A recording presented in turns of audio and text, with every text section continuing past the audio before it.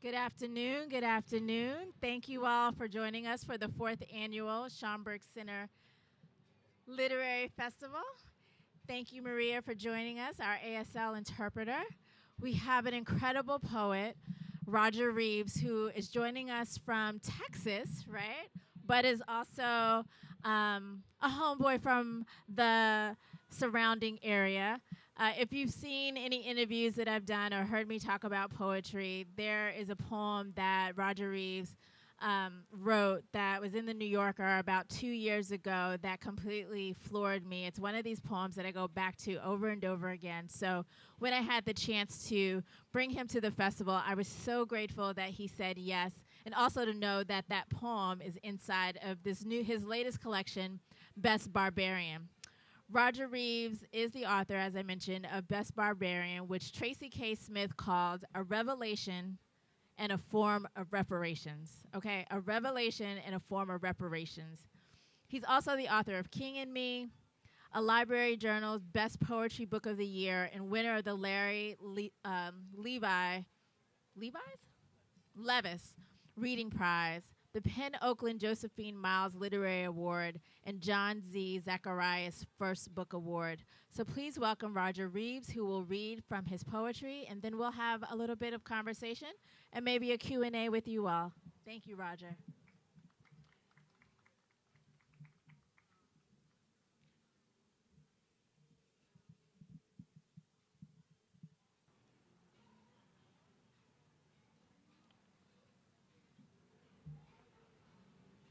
Grendel. All lions must lean into something other than a roar. James Baldwin, for instance, singing Precious Lord. His voice as weary as water broken over his scalp, and a storefront sanctified church's baptismal pool all those years ago when he wanted to be somebody's child and on fire in that being.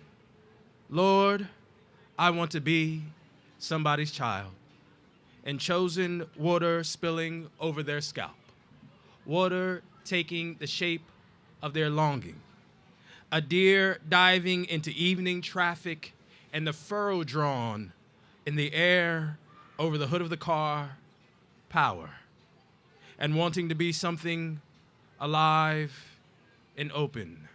Lord, I want to be alive and open. A glimpse of power, the shuffle of a mother's hand over a sleeping child's forehead as if clearing the city's rust from its face, which we mostly are. A halo of rust, a glimpse of power.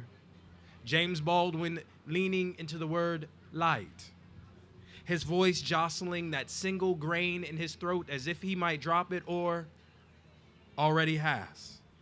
I'm calling to that grain of light, to that gap between his teeth, where the many of us fatherless sleep and bear and be whatever darkness or leaping thing we can be.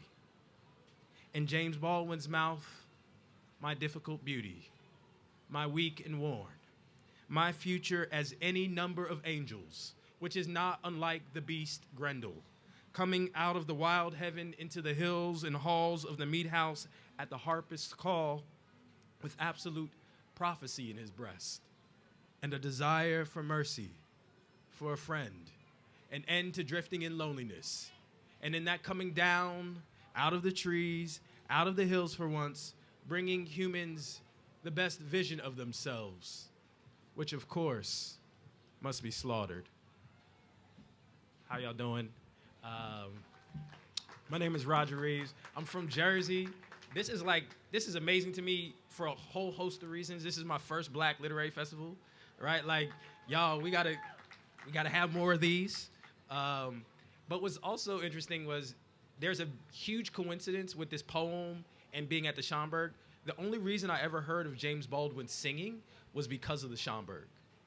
They were having a dedication. I think it was Kevin Young was taking over the Schomburg at the time, and he played James Baldwin singing Precious Lord.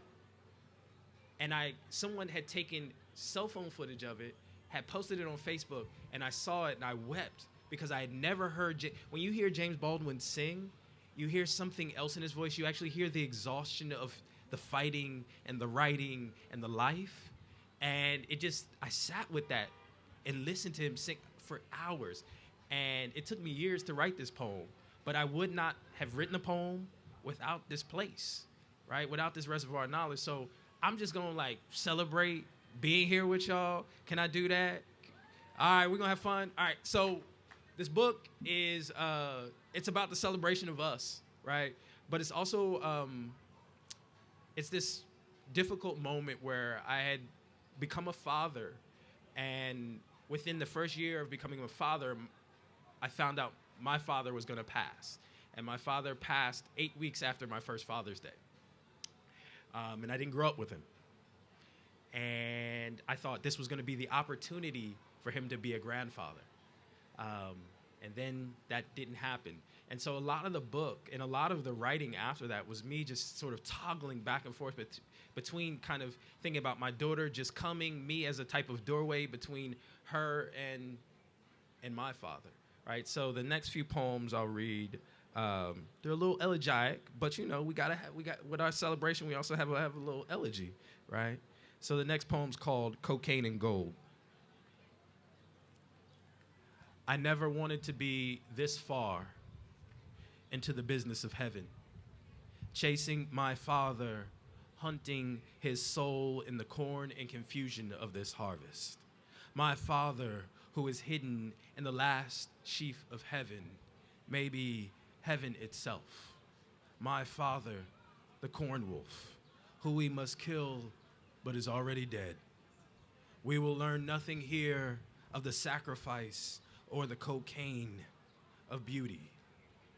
My hands chattering in eulogy, which is a search for order, which is nothing but the elimination of beauty by artifice. By artifice, we cauterize my father's drifting life, a minor cosmetic surgery like liposuction. A funeral is an elimination of nature by artifice. By artifice, do you repeat yourself? Very well then, I repeat myself as heaven, as a golden harvest, as a broken ocean of corn. The search for beauty is the elimination of death, which requires dying, which is the business of heaven, which no one cares to do anymore in America. And like dying, we'd rather rent it out. Freedom without freedom. To hold your dying father up to a razor beneath a golden light and cut him finally in and out of the world.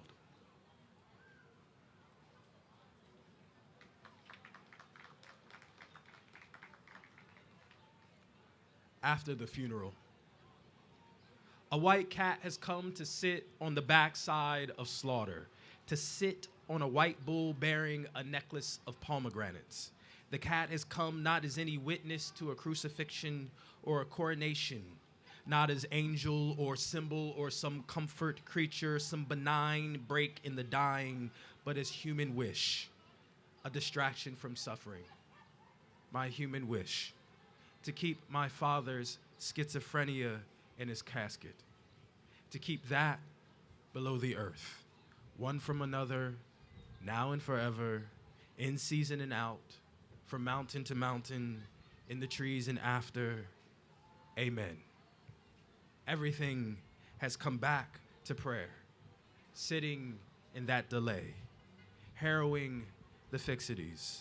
My father in me, in my clock, my hoof, my feather, and the sprawling armature and stars of I am. Lord, am I worthy? Have I devotion? What body built of flood, of cancer, of winter, of woman? Lord, I pray as I've been taught to keep nothing from my tongue. Its palm, its golden mind, so it bees and bees with whatever it bees. Rose, rain, Lord, even her who rises from this bed, the naked two-ness of her filling the room such that she becomes the room. Lord, am I ready? How shall I bear the coming madness if it is to come? What disaster will I deliver to my daughter? My human wish. distraction, a white cat balanced on the backside of a bull, slaughter far off. This delay, Lord, this delay I offer because I own neither houses nor land, have not 100 heads of cattle or of state grazing on grain in a golden green field. Keep this coming distant, this sickness underground, and if, Lord, if I am to bear madness, become the father who scratches the raw earth with his hoof and snout, plowing the field as ox or ass, because the mind says, go, go into the pasture, not as ox or as ass, but go ox, go ass. Then, Lord, let me into the field, but make, Lord, diviner of the snowflake and master of fragments, a light, a golden light in the tree. And there have my daughter stare at its working, the darkness in the green, in the leaves and red blooms, while I behind her lick the tines of a fence and leap in the dust in front of a white cat that has become my master, that I follow out to a white bull bearing a necklace of pomegranates.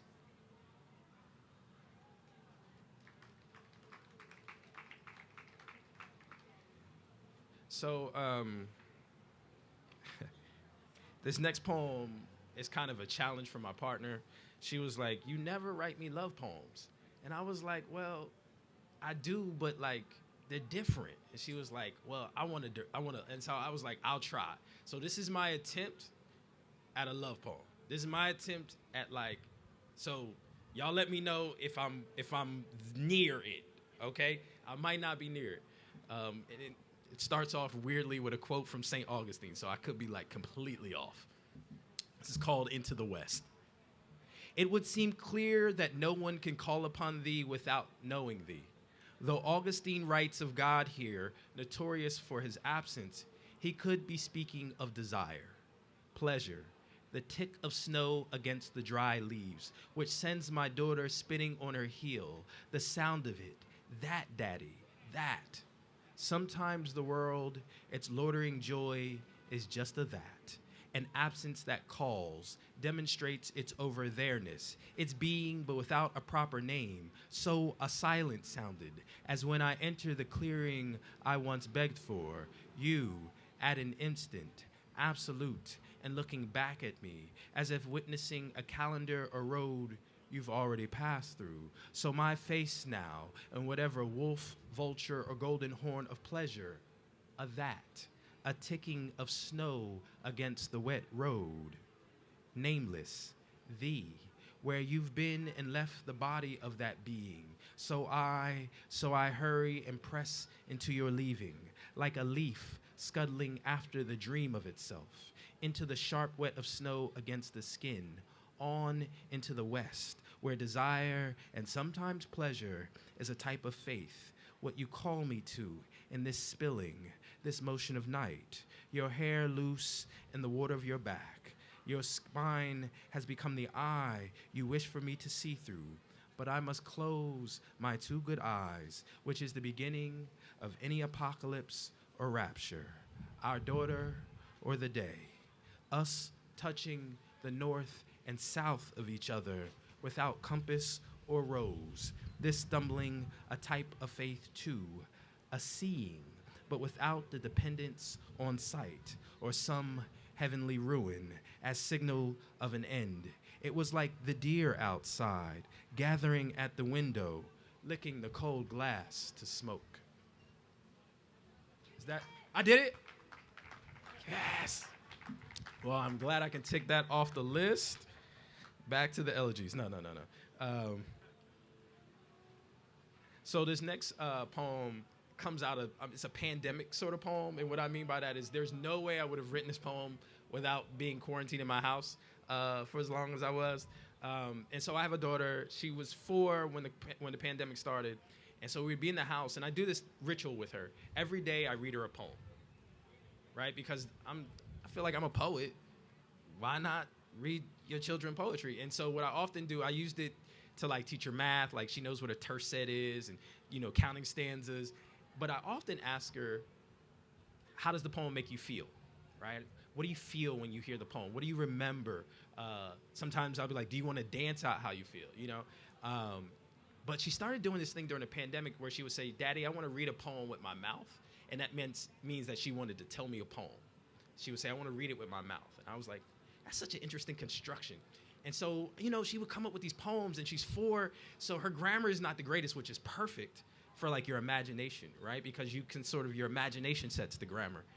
And she came up with this line that was like, I was like, what?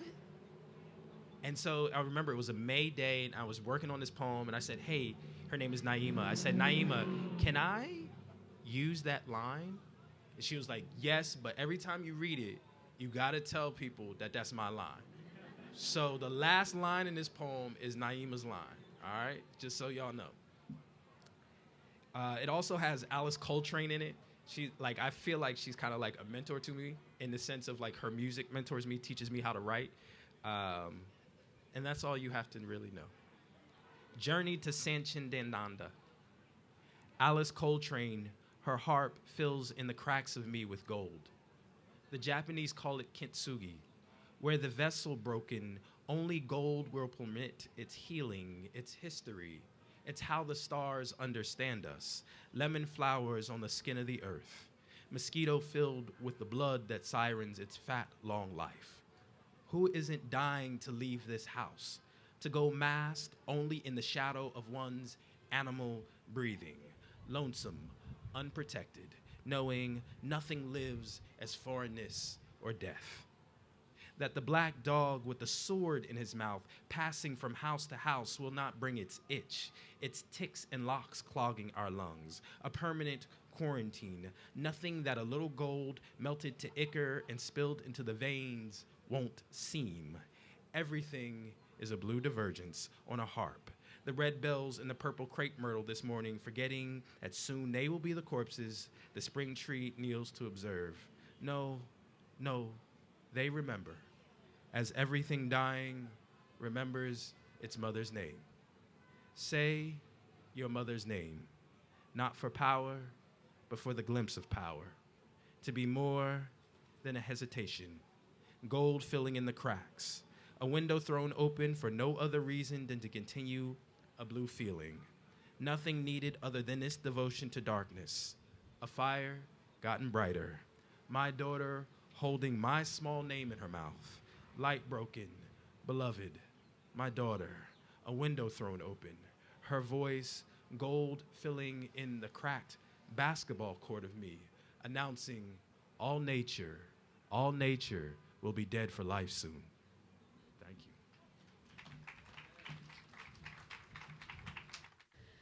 Thank you. Thank you for having me. Thank you. Thank y'all. So Grendel was the poem that I read.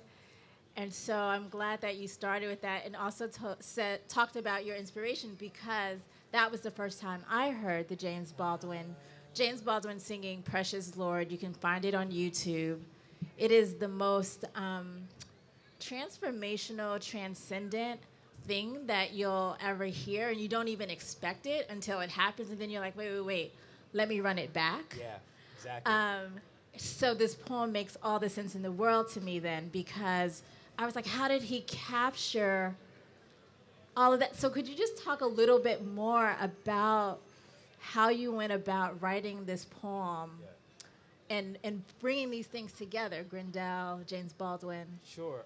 So the poem, I love to talk about this poem because I feel like it's it's the poem that matured me in a certain way. Like, I think I'm a young person, but like when I was in my early 20s, I wanted poems to be done immediately. Like, I wanted like 3 or 4 drafts of the poem there. But this poem literally took 3 years.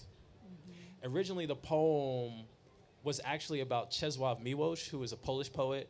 And I went to his apartment. He was like first Polish poet to win Nobel, and I was in his apartment in Krakow some years ago. And originally the poem was about that. And then it, like, in the middle of it, it swerved to James Baldwin, and I didn't know what to do.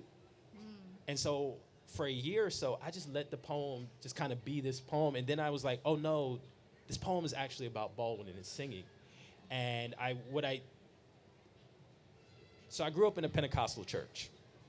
I grew up storefront Pentecostal church. I myself was a youth minister before I went to college. It took an anthropology class. No. But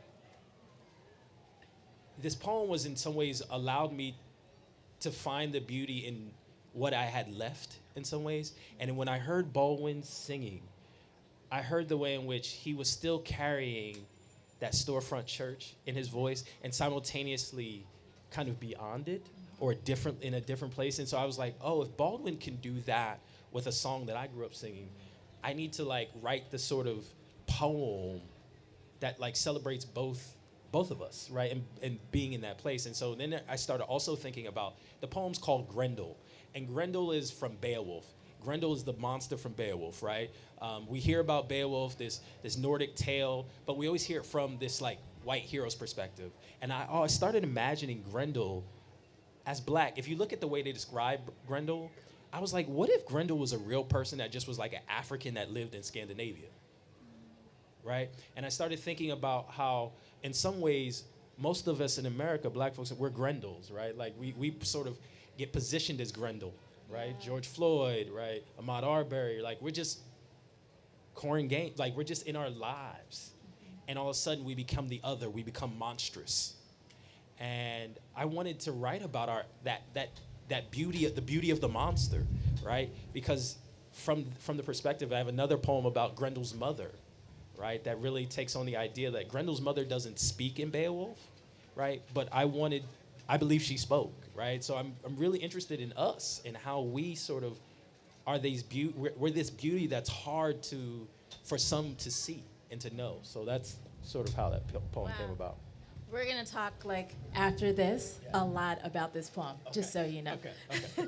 But for this audience here, so how did you come to be a poet? And I am curious whether or not fatherhood changed the way that you write in some way. Great question. So I came to be a poet because it's funny, I was just with my mom yesterday, and I was like, we were poor, weren't we? She was like, yes, we were very poor. And so I became a poet because of poverty. And what I mean by that was it was the cheapest art. We had pens in the house in this big bucket. My grandma's house had this like big bucket of pens, and we just had loose leaf paper. And so I just would write and I would love stories and stuff like that. And I was like, well, this is like the cheapest art. And then what I would also do is when I was 6 or 7, we would get invited to birthday parties, right? And we didn't have money to buy a kid a toy. So what I would do is I would write poems and then illustrate the poem and give them to my friends. And they were normally like acrostic poems like, Eric, E is for excellent. You play baseball so excellently. You know, like that's how I started writing poems. And so I also grew up in this Pentecostal church I grew up in New Jersey. There was this thing that would happen too. Every Christmas and Easter, you had to recite a speech. And I would really get into these speeches. And I would like memorize them. And sometimes I'd write my own poems. And so, like, it was always just nurtured, right? To be a writer, to be a speaker, to be a good speaker. And so I, like, threw all that aside, though, when I went to college at first. I was, like, mechanical and aerospace engineering. I was, like, trying to make money, you know. And then when I was in college, I just felt like if I continue down this line, I'm not going to have a very happy life. So I said, you know what? I'm going to disappoint my mother, and I'm going to become a writer. And I dropped out of school for a while, pushed carts, worked in a restaurant. Then I was like, oh, this ain't the way to be a writer. Maybe I need to go back to school, get some, maybe become a teacher or something, you know? So I went back to school, but to get to your other question, fatherhood completely changed how I thought about writing. Because I had this daughter, I had this beautiful child, and she was just being herself. She was just like, she would play or she would take color. She would hear music and she would just be in it in a certain way. And it taught me so much about there's this poet, Terrence Hayes, who says this thing that I really believe. He says, I don't know if Nina Simone is an excellent singer, but she sounds so much like herself, it doesn't matter. And so I wanted to sound like my daughter. She was just being herself. And I was like, oh, I just need to sound like myself. And that is the Pentecostal self. That is the loving to read literature self. That's the runner self. That's the sort of surrealist self right, and I just need to be all of that simultaneously without any apology. Yeah. So watching my daughter be unapologetically herself really, she became a sort of mentor to me because that helped me just be unapologetically myself. Yeah, yeah, no, I love that. And I love that you talked about how being in the church actually honed your skills. Because Nikki Giovanni, also an incredible poet, talks about how she was like, you could always tell which of the young kids were in church because they were the ones who had to like do the Easter poem or or a little sermonette or something like that. So Nikki Giovanni would be very proud to know that that was some of your background. Today we're talking about reading as an act of joy and rebellion, and it sounds like becoming a writer was a little bit of an act of rebellion towards what your parents may have wanted for you. 100%. So could you talk a little bit about even just writing and reading, the joy that you find in it, maybe the rebellion that you find in it, maybe something else? Yeah, I have to say I love to read. I think reading teaches you how to cultivate solitude, which is something we don't know how to do in our current moment. We have to have our phones. We're always like checking our phones, and I feel like reading teaches us how to be with ourselves, it might seem not as important to something like rebellion or something like a mass movement, but I think about someone like Frederick Douglass, what reading was. Like, Frederick Douglass becomes an abolitionist because he became a reader, right? Right? Like, I think so much of what we want to accomplish is in that space of learning how to sort of imagine, right? Reading requires you to imagine, right? Possibilities. The language is not always easily giving itself over to you. Some of that difficulty is the joy, right? Like, I think reading teaches you that difficulty can be joy, right? And so for me, it's always been like, I love difficult text. I love to read anything. Like, I love reading philosophy, right? I love reading cultural theory, because what's happening in that moment is someone's charging language outside of, I think, the everyday, right? And so I think that reading does that. It's really interesting to watch now my daughter learning to read, because now if I wake up, if she's awoken in the morning and she just sits in her bed with books and she's trying to read them to her stuffed animals, right? Like, I think that to me is what reading does. It prepares us for our lives, right? There's so much of life that we can't encounter without going to a book. So to me, that's the joy and the possible rebellion in that. Yeah. So I know that you're also an educator. You work at the university. Is there a difference in how you talk to children and how you talk to adults about poetry or entering poetry? No. Yeah. No, I don't. And I actually learned this from, there's a New York poet who used to write this, he was a New York school poet named Kenneth Koch, and he wrote this really good book. So I've always taught children poetry. Since I taught 8th grade, I've taught kindergarten, taught high school, and now I teach college. And one of the things that to me is really interesting is that actually young kids are much more nimble than even my college students, because they don't have the preoccupations of thinking of the poem as a puzzle or something that must be figured out. They understand it to be something that they must feel, right? And that feeling, it's interesting because kids are just really great at feeling things and being able to simultaneously articulate what they're feeling. So I try to, I talk to my daughter, I'm like, this is a couplet. This is the way couplets can move. Yeah. And she, she knows that, she has if someone ever asked her what a poem is, she would be like, sound over a line, right? So for me, no, she's writing poems herself.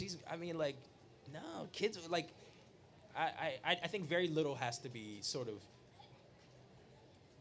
shrunk or sort of the edges sheared. I think kids like complexity, just like we do. And so I think the hardest thing, this is what's interesting about your question. Next week I'm doing a workshop with a bunch of teachers from Texas on how to teach poetry. And the first thing I'm going to tell them is confusion is really important to learning how to read a poem. Actually, not knowing is a great place to be inside of a poem, right? Because what you actually then do is you begin with, okay, I don't know what's happening, but I found this word or I found this thing, and you begin to move. And I actually think that, I always tell my students that Confusion is a great place to start in reading a poem. I think you should start first with the sound. Did you like the way it sound? Like, read it aloud. Like, I always tell people, I didn't say it at the reading today, but like generally I'm like, don't try to figure out what I'm saying. Just enjoy the sound of it. You can figure it out later by buying a book, right? Or like going online and finding the poem. But like, first enjoy it like a piece of music. We don't understand, Beethoven's, like, I don't understand all the counterpunctual in Bach, right? But I understand that I enjoy that counterpoint movement, right? So let me just enjoy the sound, Well, I think that that's the perfect place for us to wrap up. I'm going to ask you to read one more poem. Okay. And I think it brings together a few things that you said, but you mentioned Terrence Hayes, and he said this about Roger Reeves: a sentence inside a Reeves poem is a score of breath. A score of breath? I mean, come on. Yeah, that's complex. I don't even know what that means. I don't know. What does that The mean? sound, the musicality, all of the notes that are happening inside of a breath, the idea that you can picture that, that is what's happening in one of your poems. And so you talked about music and hearing and feeling it. And I'm interested in hearing you read maybe part of something about John Coltrane, because you also talked about reading difficult things. And there seems to be quite a bit happening in this poem. So maybe tee us up and also wrap us up with that poem. Okay. And I'm going to... I'm going to read just part of it. Yep. Okay, here we go. So I'll tell you, just to give you a little brief. So there's a poem called Something About John Coltrane, and it's actually off of Alice Coltrane's. So I mentioned that poem. The last poem I read was Journey to Sanchin-Dananda, which is the name of her album. She has this beautiful poem that's kind of an elegy to John Coltrane, and it's called Something About John Coltrane. And I've loved this song for 20 some odd years. And what I decided to do was write a poem that is as long as the song. So if you turn on if you turn on Something About John Coltrane and read the poem, when it ends, the poem will end. Wow. Almost to the second. Sometimes it's about 10 seconds off, but Something About John Coltrane. Something about a tree in shallow sleep, listening for what it wants to remember. The note of a seed, its neck sliding through dirt in its confusion. Nothing cleansed of struggle. The weight lost after death, a confrontation of death. John Coltrane, even in death, is a perfect instrument of water and working the day past its zero. The fires in the trees, a legless rabbit drifting across the sky. Dream of a mule covered in crows, opened in front of a mule covered in crows. Their wings beating against him like skin. An autumn tree in autumn watching fire autumn the other trees. It doesn't have to make sense now. It can make sense later on. A mule covered in crows. Sometimes you got to stick a little grass in your mouth to sound like God. Allow crows. Something about John Coltrane. Something about the bells in a fawn's hair. A black boy standing in the rain at the edge of the road, wondering how to cross it without summoning his death or its handmaidens, the grasshoppers clicking against him like he's the water the world has been meaning to come to. All the world's water trapped inside him and needing to be let out. Something about water waking a ghost, and the ghost waking a seed. Rain in the hair of the world, and the world opening its sudden flesh, the way stone opens sound against it. A bridge thrown from one absence to another, as if to say, extinction, I can live there too.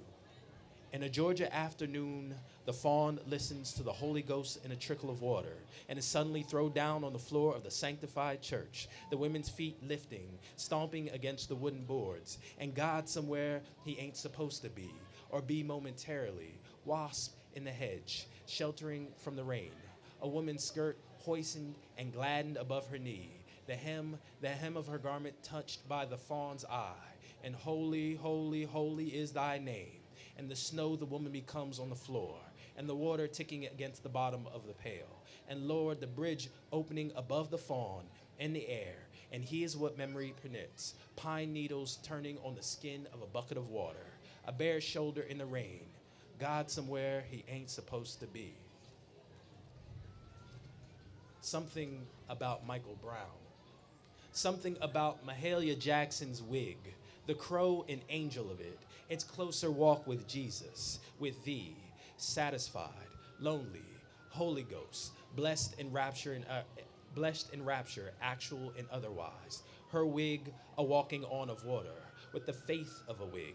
Each wave of black hair, a pew strapped to the forehead of prayer, and singing all in it. What's it all about is burning beyond loss, learning to rise in and out of disaster, smelling of smoke that can heal the sick. Wild cathedral in the wilderness, opening itself to any light, dream, or drum of song unhitched from heaven. And the mules and men get so happy, hallelujah, they strut, brown-suited, bewound in light like bow-legged Louis Armstrong at the Newport Jazz Festival, 1970. Mahalia lining out ecstasy and sweating through it until it can do nothing but rain. And the second line, confused, leaf-strewn, late, limps onto stage. But Mahalia Jackson's wig keeps flying, and the rain touches evening's brow with it at the stars, and Mahalia Jackson's wig flying as if a star, suddenly freed from the mouth of God, a black-tooth blessing. No longer shall you take things second or third hand. Joy, ecstasy, pleasure, the blessing of sitting in the rain while gathered in the hair of some tree, because Mahalia Jackson's wig is flying, and the dead for once are dancing too in the rain. Thank you. Woo. Thank you so much, Roger.